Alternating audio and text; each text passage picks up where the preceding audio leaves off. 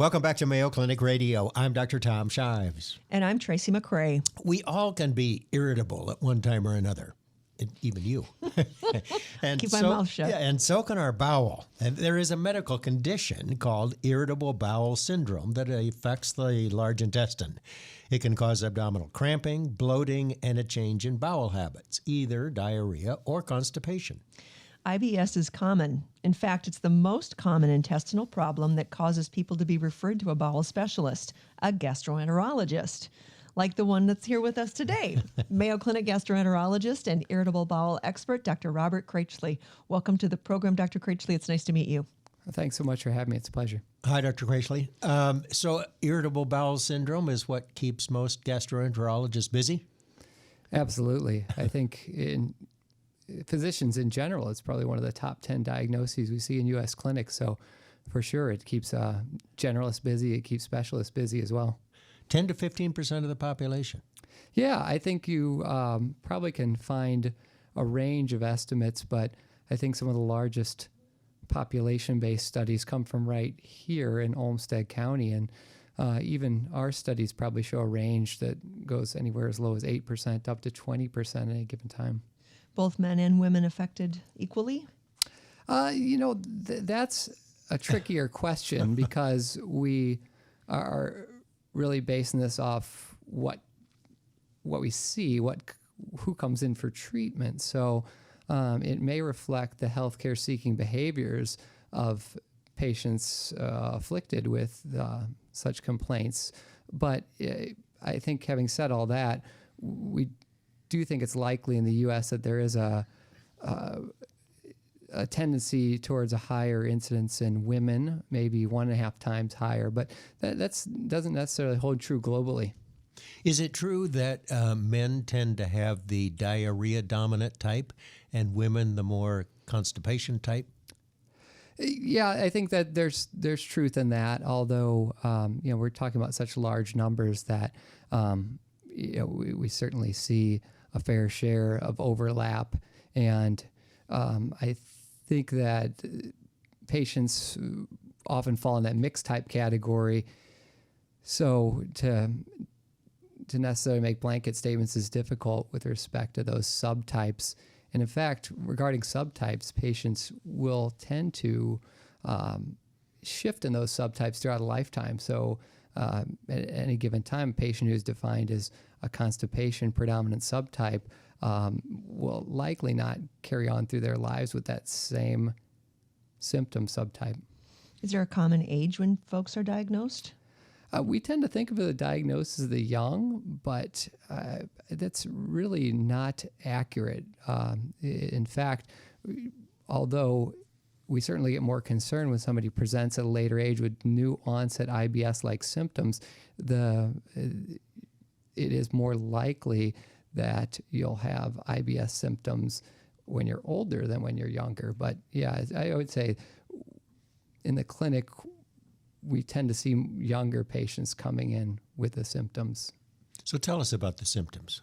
What are they? What are the most common ones? Well, we try to keep it as simple as possible. There's probably quite a continuum of symptoms in irritable bowel syndrome, but abdominal pain, specifically recurrent abdominal pain, is probably the hallmark of irritable bowel syndrome, and it's probably defined a bit further by a relationship to the bowel habit. So in general, there will be some measure of relief provided by a bowel movement. And again, I think it's critical to emphasize the fact that it's recurrent and that it also has some degree of chronicity to it. So a patient who has a week of symptoms of abdominal pain related to bowel urgency does not necessarily have irritable bowel syndrome. This is something that probably needs to be carried forth for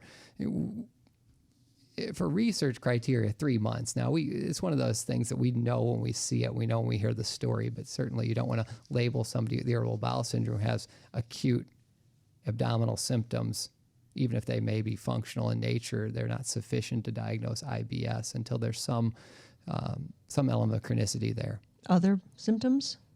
There are, but not necessarily absolutely needed to make the diagnosis. So abdominal bloat is a very common symptom. Abdominal cramping, fecal urgency, those are all common with irritable bowel syndrome, but not necessary to make the diagnosis. Can you make the diagnosis just based on the history, or are there other tests available that'll help you make the diagnosis? That's a great question, and I think that's probably led to our evolution in terms of recognizing, diagnosing, treating IBS, and using resources appropriately. So we probably did more testing than we needed to in the past, and with time, we recognized that those simple criteria I mentioned earlier, just having that recurrent abdominal pain, having a relationship to the bowel habit, whether it be some relief of the bowel habit, the onset of symptoms with a change in stool form or frequency, those are really accurate to make a diagnosis in the absence of alarm features. I'm sorry. Alarm features might be what, and would prompt you to do what? Yeah, absolutely. So alarm features are symptoms or physical exam signs that should lead us to think that there may be something more sinister going on possibly.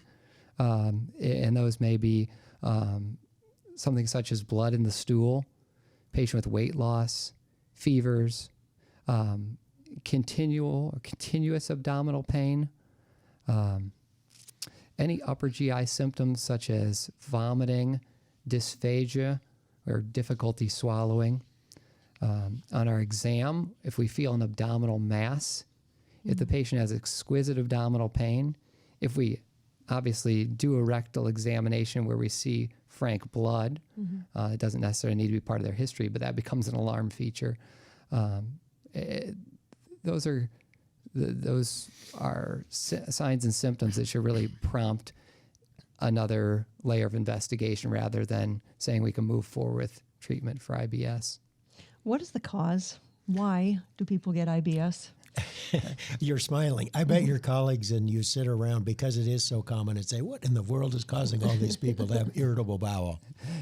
I think it's been a source of a great deal of research over the last 50 years, and one would think that after 50 years of research we'd have a nice succinct answer, but I'm afraid that the program probably doesn't have time to go into all the putative mechanisms for IBS, but I think it's probably best to say that it's likely a complicated interaction of signals from the gut and their interpretation and processing at a central level. What about stress? Is it stress related? Well, I think stress influences symptoms. So I think everyone's experienced some influence on their bowel by way of stress. I think we know if we've had an interview perhaps or a test that sometimes we'll experience some change in our bowel habit, maybe not a favorable one. And that speaks to some physiology that we know of, which is that stress does increase intestinal permeability, it increases intestinal secretion. So we know that stress can have physiologic effects on the bowel. Now, if you place that on top of some, we'll say, altered or broken neurogastroenterologic mechanisms, then yeah, I think it does have a lot of influences on symptoms, but I'd hesitate to say that it's a cause of irritable bowel syndrome. Hopefully this interview is not at all stressful for you. Oh, gosh. Irritable bowel syndrome. It's a common condition. We'll stop there for a minute. It affects 10 to 15% of the population. And by the way, it's also known as spastic colon and even grumbling guts by some. Try to coin that? We're talking with a Mayo Clinic IBS expert, gastroenterologist Dr. Robert Kraichely. Time for a short break. When we come back, we'll talk about treatment options and prognosis.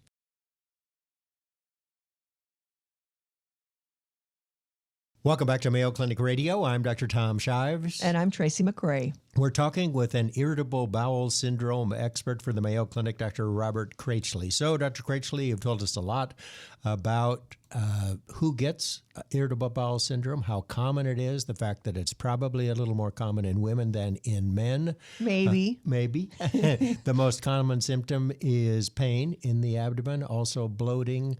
What else did you mention for symptoms? Bloating? Well, change in bowel frequency. Right, constipation or diarrhea. So now what we want to know is what you do to help these folks. Yeah, there's a variety of treatments that are available, and I think they really span the spectrum of treatment modalities that we have in medicine, really. So there are simply dietary modifications, which have good evidence to support their use in irritable bowel syndrome. And of course, we have medications, but we also have psychological interventions and behavioral modifications that do have data. As tough as that is to study, there is data to support their use. They can be very effective in IBS treatment. Well, let's take them one at a time and start with diet. Yeah, so over 60% of patients with IBS will say that they attach their symptoms to food in general or specific food types. And that really hadn't been teased out very well because it's a difficult thing to study, but we've always been aware that some patients will have problems with digestion of certain carbohydrates, lactose intolerance, fructose intolerance, but only recently has our field looked into other aspects of diet that make a difference in irritable bowel syndrome. One of these that's kind of gained a bit of traction is a type of diet called a low FODMAP diet. FODMAP is just an acronym for types of foods that are highly fermentable, meaning when they get into the gut, the bacteria in our gut probably digest them before we do, and they cause release of osmotically active substances and gas, things that make our guts grumble. That's your grumble guts that you were talking about. Exactly. I knew it would come up.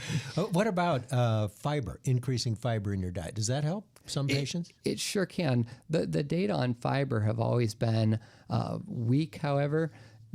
Fiber certainly can affect stool form, so it probably can be of benefit in modulating the stool form and the bowel habit. It really has sort of disappointing effects in terms of treating the pain of IBS, however. But it's a very safe treatment, and it's always a good starting point.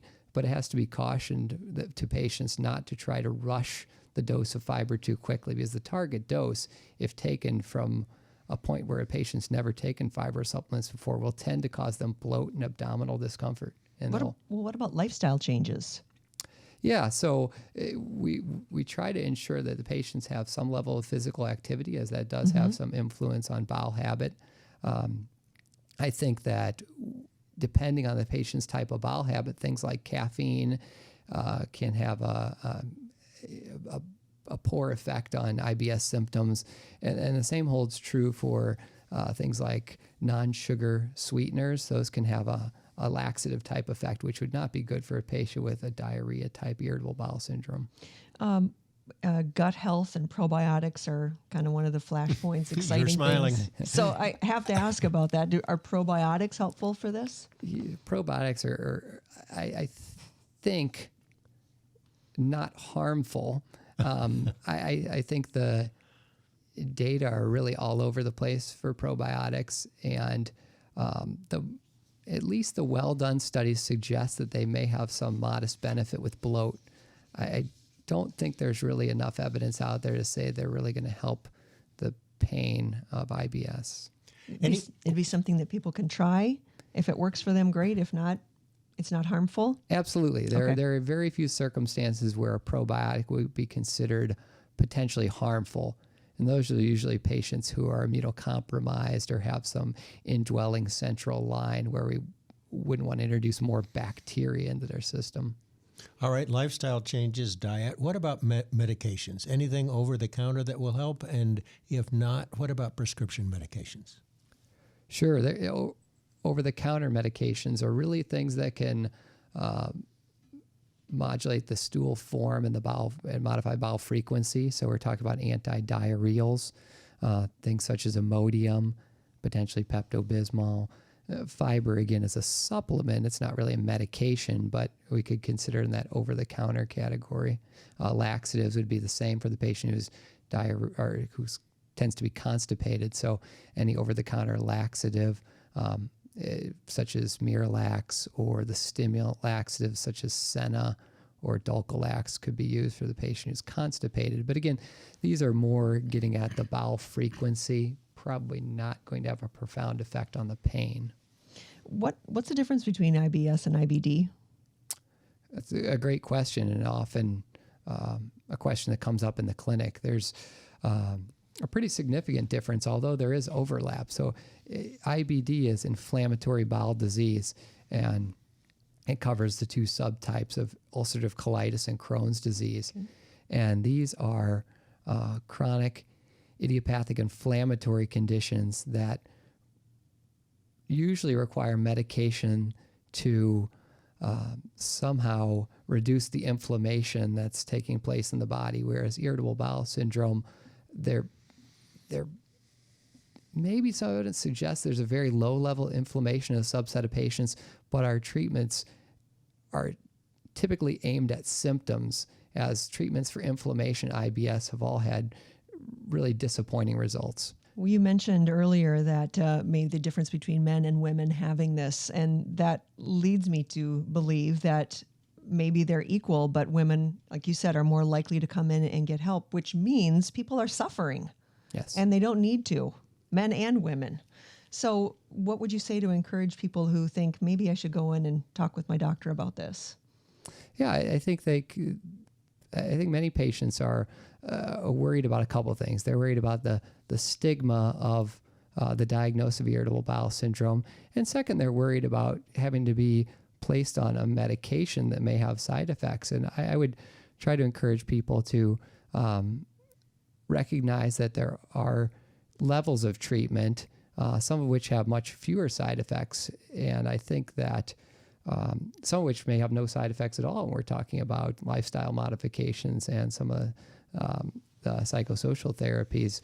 So it's always an opportunity for the patient to at least hear those options, to go in and see a specialist about this. There's no commitment to any specific therapy, but to be introduced to some therapies they may have not been aware of is always promising, I think.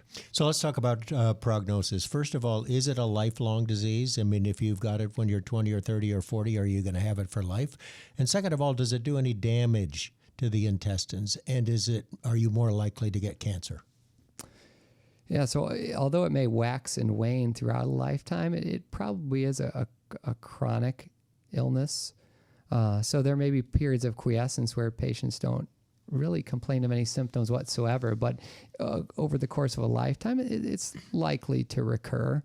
But it's certainly a situation where if patients know their symptoms well and have had effective treatments, they can recognize those and go on and off therapies for symptoms and have a really good quality of life in spite of what is a chronic disorder. With respect to the prognosis, it's great, actually. To the longevity of a patient with a functional bowel disease is just as long, if not longer, than the average healthy individual. Well, that's good to hear. Irritable bowel syndrome, Dr. Robert Kraichely. IBS is a condition that causes, abdominal pain and bowel changes, either diarrhea or constipation, among other things. It's common, affecting 10, even up to 20% of the population, a little more common in women, probably, or at least they're the ones who go to the gastroenterologist for help. The treatment options aimed at controlling the symptoms, and most patients with treatment get better, wouldn't you say, Dr. Kraichely? Yes, absolutely. It can be fairly disabling for some, but it doesn't cause any permanent damage to the colon, doesn't lead to colon cancer. We've been talking with an expert on irritable bowel syndrome, Dr. Robert Kraichely. Thanks for joining us, Dr. Kraichely. Thanks so much for having me.